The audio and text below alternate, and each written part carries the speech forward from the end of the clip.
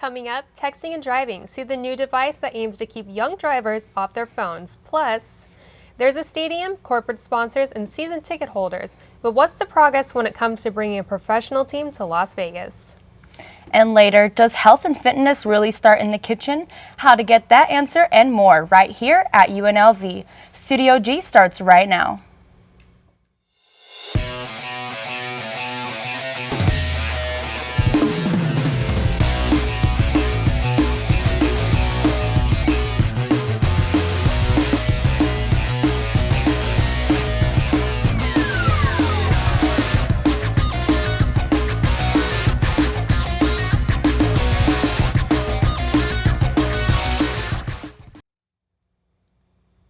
Thank you for joining us today on Studio G. I'm Ashley Maslow. And I'm Christy Zarpis. This morning, President Barack Obama announced that an American hostage was killed in a U.S. counterterrorism operation back in January. Obama said Warren Weinstein, an American aid worker captured by al-Qaeda, was killed in a drone strike on the Afghanistan-Pakistan border. An Italian citizen taken hostage, Giovanni Laporto, was also killed. During his address, President Obama took full responsibility for the strikes and apologized to the families of the victims. He said that an initial investigation showed the operation was done under the guidelines of counter-terror operations, but that once the cause of death was determined, he wanted to disclose the matter publicly. The national security team had been working to secure the release of both Weinstein and Laporto since the capture in 2012. Now we go to Alyssa in the newsroom for more of today's top national headlines. Thanks, Christy. A year ago, police found 7 infant bodies in a garage in Pleasant Grove, Utah. 40-year-old Megan Huntsman told police that she strangled or suffocated at least 6 babies immediately after she gave birth to them. She claimed the 7th was a stillborn. After pleading guilty on Monday, Judge Daryl McDade sentenced her to at least 30 years in prison before she even is eligible for parole. I was aware when this happened the very first day because I was the judge assigned to search warrant. It shocked me then, shocks me now. Some of the things that officers saw in that garage, they can't unsee. And it was very emotionally tough on many of our officers. Huntsman held this secret for 18 years and blames depression and alcohol took a hold of her the same way drugs did. She cannot give a reasonable answer why she was capable of such a sick and heinous crime. On Wednesday, a SkyWest airline flight made an emergency landing in Buffalo, New York after a passenger lost consciousness. The plane dropped 28,000 feet within 3 minutes. The FAA originally confirmed a pressurization problem and said it would investigate, but later released a statement that did not reference any pressurization problems. Flight 5622 was originally scheduled to fly from Chicago to Hartford. All 75 passengers landed safely and were accommodated to their original destination in Connecticut. Yesterday was the 45th Earth Day, and President Obama turned up the heat in his speech in Florida Everglades National Park. Obama stated that the climate change is threatening treasures like the Everglades. Protecting the one planet we've got is what we have to do for the next generation. So climate change can no longer be denied. It can't be edited out, can't be omitted from the conversation, and action can no longer be delayed. Earth is warming at a rate never before observed in documented history. This is due to the incline of carbon dioxide in the last 25 years. Land ice loss and sea level rise are 2 contributing factors. World leaders will be meeting in December to decide on a response to climate change. I'm Alyssa Stein. Christy and Asley, back to you. Thanks, Alyssa. A new Pentagon cybersecurity strategy was released today, laying out for the first time the publicly that U.S. military has a plan to use cyber warfare in conflicts with enemies. The 33-page document says the Department of Defense will be able to use cyber operations to disrupt an enemy's command and control networks, as well as its weapons capabilities. U.S. officials have previously kept quiet about the Pentagon's offensive cyber capabilities, but say that now feel that making these details known may deter enemies and be the first line of defense. While new technology can improve safety conditions, it can also be harmful. And one of these growing safety concerns is texting while driving. Reporter Sherelle Moore shows us a new device that aims to discourage teen drivers from using their cell phones on the road. Take a look. A new device is allowing parents to be notified when their teen is using their phone while on the road. It will pick up any cell phone signals that is coming inside a car. It's been found that texting increases the risk of accident by 23 times. This new device is called the Sentinel. Parents simply plug the piece into their teen's car, then through the provided app, they are notified when the driver is using the phone. It helps reduce the stress that a parent experiences when they know their teen is out there on the roadways. We asked a few UNLV students about their opinions on the new device. I think it's a great idea, actually, because the rising number of fatalities, due to texting and driving at the same time, would probably be reduced if there was some way to monitor that. So I think then parents could take the proper, corrective action with their kids if they're alerted of if they know. I think what's more prevalent in this discussion is it more who buys the car and who pays for the insurance. If the child or the teen pays for the insurance and buys the car, I don't find it appropriate for the parents to be monitoring it. However, if the parents have put stock into it, yeah, I think it's appropriate. If the parents had taught the children properly, it wouldn't be at a point where the children or the teens would be texting and driving. I think it depends on the implementation. It could be good as long as the parents aren't using it while they're driving, because that seems like it doesn't really help the cause. And it shouldn't also, I think it should not give a notification if you're using it for GPS. For Studio G, I'm Sherelle Moore. The Sentinel device will cost $249 with a $25 monthly installation fee. Parents and teens beware, the device should be available for purchase in June. Well, I don't know about you, but I think this device is a great idea. I actually almost got hit by someone texting and driving on the way here, so. I honestly, I think that everyone's just so addicted to their devices and that they can't let it go even while they're driving. I know, but it's a very big safety concern. We need to be doing as many preventative measures. This is a great cause, I believe. Coming up after the break, sports news from around the valley. Stay tuned.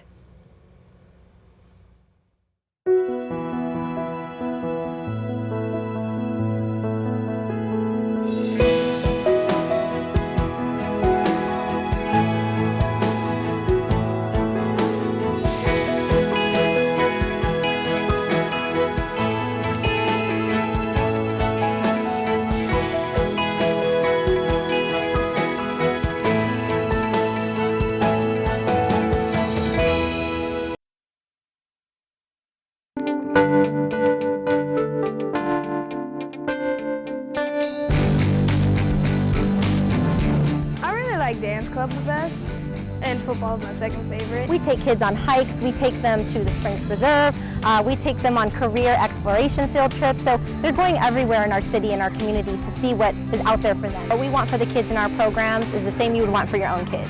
To learn more about the program, a lot of sports news here in Las Vegas today. First, UNLV running Rebels forward Christian Wood announced yesterday night that he will enter the NBA draft this year. Wood made the announcement via Twitter, releasing a video and thanking the city of Las Vegas for 4 great years. The move is disappointing for UNLV, who just landed last week highly sought after Stephen Zimmerman from local high school Bishop Gorman. Many were predicting that the potential combination of Zimmerman and Wood may have given the running Rebels one of the best teams in Nevada. The tickets for the Mayweather-Pacquiao fight finally went on sale today at noon. The main event is just over a week away, but tickets couldn't be sold until a contract for the fight was signed by both fighters. Yahoo Sports reported that there were outstanding issues both sides were making the fight official. Both fighters as well as MGM Grand couldn't agree on terms regarding issues like allocation of tickets, credentials, and hotel rooms. After a conference call yesterday afternoon, both camps signed contracts. Tickets will be available through Ticketmaster online only, and they'll reportedly cost you from $1,500 to $7,500 a piece. And right across the street from the MGM, the stadium is going up quickly and the NHL has a big decision to make. Reporter Clarissa Levitt tells us where they're at in the discussions and how the NHL will affect our valley. The NHL may be passing the puck to Las Vegas, but first we need 10,000 ticket deposits. I'm comfortable in saying that if we get 10,000 season tickets, I've got a strong case to make to the NHL Board of Governors and to Gary Bettman. Even if Foley thinks we would have a strong case, the true test would be the community backing the team. In an ideal world, if there is this franchise, there will be this constant regeneration of interest. The MLS team did not make it to Las Vegas, but the NHL may have a different edge. Where the NHL would be unique for Las Vegas is it would be the first time Las Vegas had a major league franchise, if you think of the big four of baseball, football, basketball, and hockey. By building the stadium, MGM has already added jobs to our economy. And when the stadium opens, it will create new jobs for things such as concessions. But how else will bringing the NHL to Las Vegas affect our economy? These guys make a lot of money, so they're going to buy houses, their families are going to live here, hockey players love golf, they're going to join golf courses and be playing golf all the time, they're going to be going to restaurants, they're going to be buying clothes, their kids are going to be in school, they'll be involved in charitable events, charitable functions. I mean, this is going to be a real community team. Others are not completely convinced that it will be good for our economy. Having an NHL team here might have a significant economic impact. I'm not totally convinced. And remember, as long as the NHL season is, and as long as the playoffs go on, it's still seasonal. So why bring hockey to Las Vegas? Demographics in Las Vegas are terrific. So you've got 2.2 million people, you've got high disposable income, you've got an arena, a state-of-the-art arena being built right now. Another aspect that becomes an issue in Las Vegas is betting on games. The NHL isn't the major draw in sportsbooks. And apparently the NHL has matured to the point that they realize there's betting on all sports. It doesn't matter if you're in Las Vegas. In the next few months, the Board of Governors will decide if this stadium will be home to an NHL team next season. So I guess in a few months, we'll see if Vegas really does want hockey. For Studio G, I'm Clarissa Levitt. A bit of bad news for season ticket holders. ESPN is reporting that you may now have to wait until the 2017 season to have a team in Las Vegas due to the fact that the NHL has not yet announced an expansion opportunity. If they do announce an expansion, it will likely be in September, according to ESPN, and that would give Foley 2 years to build his staff and start scouting players. Coming up after the break, reporter Monica Medrano sits down with Brian Vilmore, a professor right here at UNLV who made an amazing discovery. Studio G continues right after this.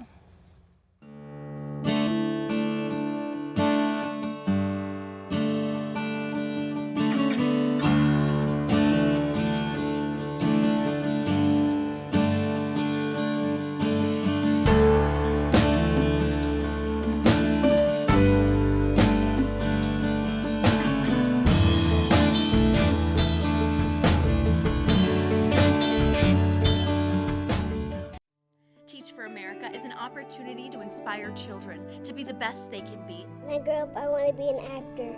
When I grow up, I want to be a police officer.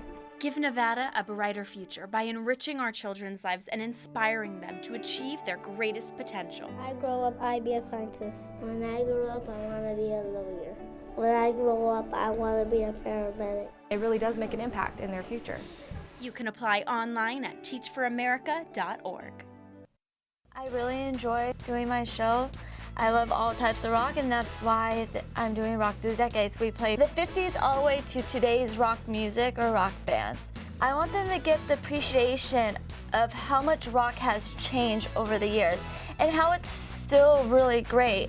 You can never kill rock. I mean, rock is like the way to be, the way to go. The name of my show is Rock Through the Decades, and I am Rockin' Gemini. You can listen to this on the Rebel HD2 network. Welcome back from the break. I'm here with Brian Vilmore, a professor here at UNLV in the anthropology department. Thank you for being here. My pleasure. So, tell me what you found.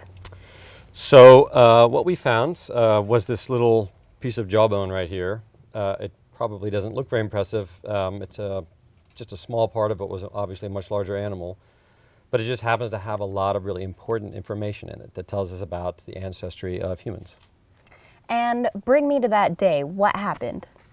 Well, we were wandering through the desert. When you look for fossils, basically you're looking on the ground, hoping to catch a little glint of tooth or bone. And we had been looking for a long time, and we just happened to stumble across this. I wasn't personally the one who discovered it. I was on the other side of the hill, and I heard people yelling and shouting on the other side of the hill, and they yelled, "Brian, Brian, come quick." So I thought someone had twisted their ankle or something. So I went around the corner, and they were all jumping up and down. This was in pieces at the time, but they were holding it. And we could see right away that it was a human, and we knew it was important. So it was a pretty good day. So this discovery is 2.8 million? That's right.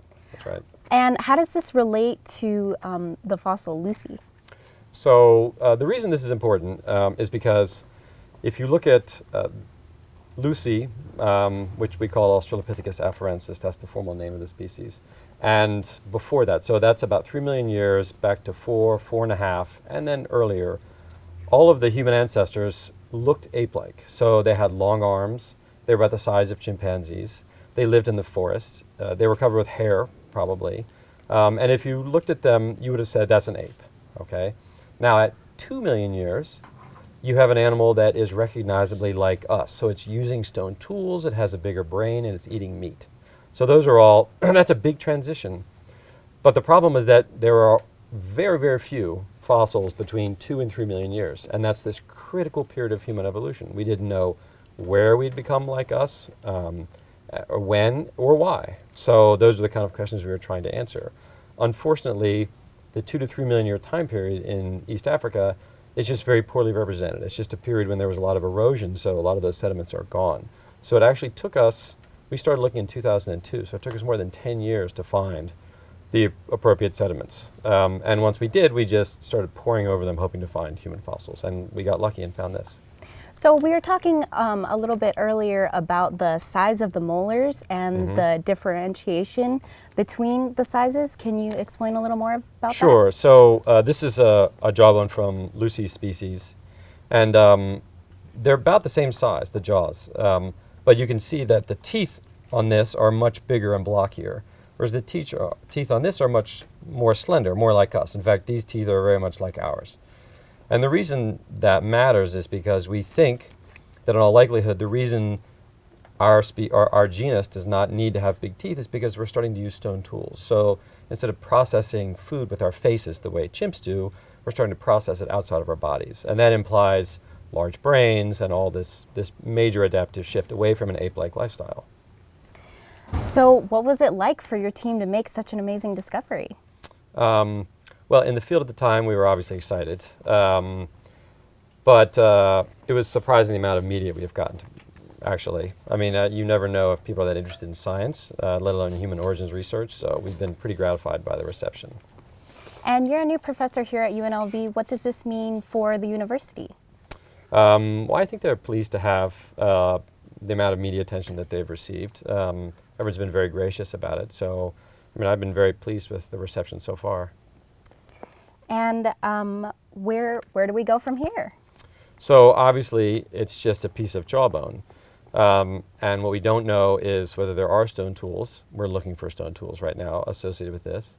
And we really need to find the rest of the animal. So we don't know what the rest of its body looked like, how big it was, how big the brain was. I mean, that's really the kind of questions we need to answer. You know, we assume the brain was probably bigger, and we assume that that's associated with stone tools. Those two things seem to go together. But until you find brain case, you won't know. So there's one hill that has a lot of fossils coming out of it, and we're just going to go back to that hill and slowly take it apart piece by piece until we find more fossils. Well, congratulations and good luck on your next venture out to that hill. Thanks very much. Thank you so much for joining us today. And now back to the news desk. Asley?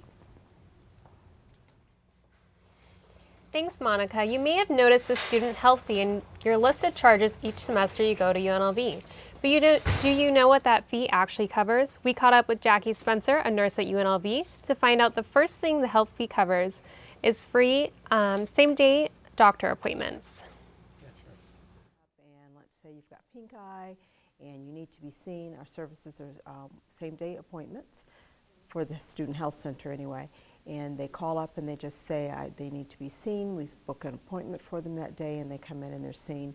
Again, no copay to see the provider.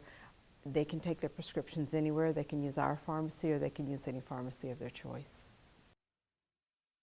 But it's not just a general practice doctor that you have access to. Your student health fee includes an on-campus GYN, sports medicine, counseling, and psychological services counseling is also available for couples and families as long as one person attends UNLV. There are a few things that the health fee does not cover, which is why you should still have insurance, and these include medicine, lab tests, and x-rays. The Rebel Wellness Zone is also included in the health fee. The Rebel Wellness Zone is where the dietitian is housed. There are personal trainers there. Just lots of great information about wellness and how to become well or stay well. Also offers stress programs, including a yoga program, drug and alcohol education, crisis intervention, and if you're wondering why UNLV offers this to students, our goal is to keep students healthy while they're in school so that they can go to class and do well. And that's our main goal. For more information on what your health fee covers, visit the Student Recreation and Wellness Center at www.unlv.edu/SRWC. Coming up after the break, if you're a student, it can be the most stressful time of year. Finals week is quickly approaching and we'll show you where you can take a break right here on campus. We'll be right back. Nearly 3,000 abused and neglected children live in foster care in Clark County because they cannot live safely at home. The CASA program is here to help these children live in safe, permanent homes. By volunteering with CASA, you can make a difference by becoming the voice for these children. Apply now at casalasvegas.org. With healthy living and healthy eating becoming a recent trend, many students are looking to change their diets and lifestyle in order to pursue a more healthy approach. Learning how to eat well can be a challenge to those who haven't been exposed to enough nutrition information. At UNLV, we have a registered dietitian on campus that students can utilize in order to learn how to make healthier food choices. I sat down with Debbie Meyer, registered dietitian on campus, to get more information on the services as well as some tips for a balanced diet. Hi, my name is Debbie Meyer, registered dietitian here at UNLV out of the Student Recreation and Wellness Center. I'm up here on the second floor of the Rebel Wellness Zone. Right now I'm here Tuesday through Thursday from 8 to 5. In the summer I'll be here Wednesdays and Thursdays. What I do with a student is highly individualized. I may have someone that comes to see me that wants to become a vegetarian, or someone that has a recent food allergy or food intolerances, and it may be speaking to a small group on campus. I think the most important tips is to really include a variety of colors and tastes and textures. Try new foods, try new produce. Also take a look at the My Plate as far as planning your plate at home. For example, fresh fruits and vegetables, basically the size of a baseball. Protein about the size of a deck of cards. Of course, we recommend the lean meats or chicken breast, turkey breast, lean beef. Grains are really important, and I think it's important to remember that your brain works off of carbohydrates, and a lot of people, when they're trying to watch their weight, try to restrict their carbohydrates. But it's really important that carbohydrate be about 50% of your intake, especially if you're an exerciser. Since your brain works off of it and you're a college student, it's really important to get the grains in. As long as you're taking over 3.5 hours, the service is at no charge. And over the summer, if you're not a student, you can pay the student health fee, which is right around $37 for the entire summer, which gives you access to the Student Health Center and also to myself. To visit with our registered dietitian, you must call 702-895-4377 and make an appointment. And for more information on My Plate, visit choosemyplate.gov. UNLV provides a service many are unaware of that could benefit students during stressful times. Reporter Chelsea Bangle has more. I'm most stressed out during midterms and finals, but probably especially during the last 3 weeks of the semester. A majority of people experience stress on a daily basis. According to the American Psychological Association, surveys found that only 37% of Americans feel they are doing an excellent or very good job of managing their stress. What stresses you out the most? Not sleeping. And why don't you get a lot of sleep?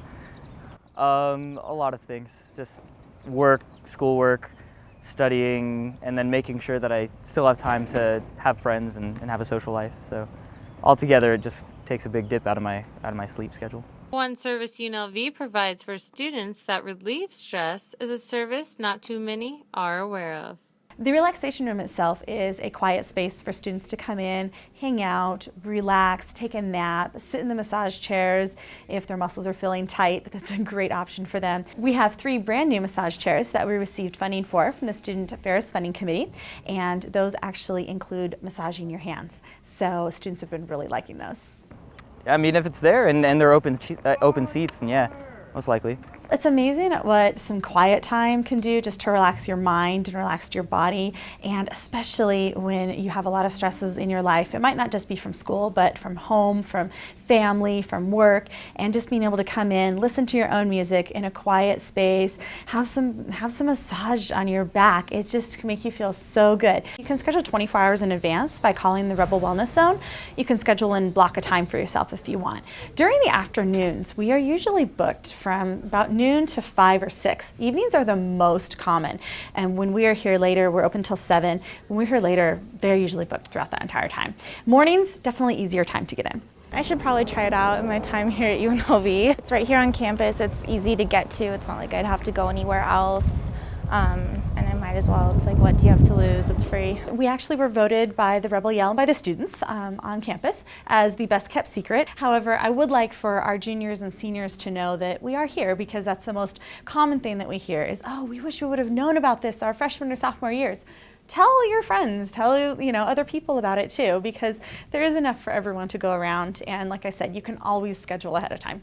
If we could just let everybody come in and use massage chairs every day, maybe we'd be a happier place. For Studio G, I'm Chelsea Bangle.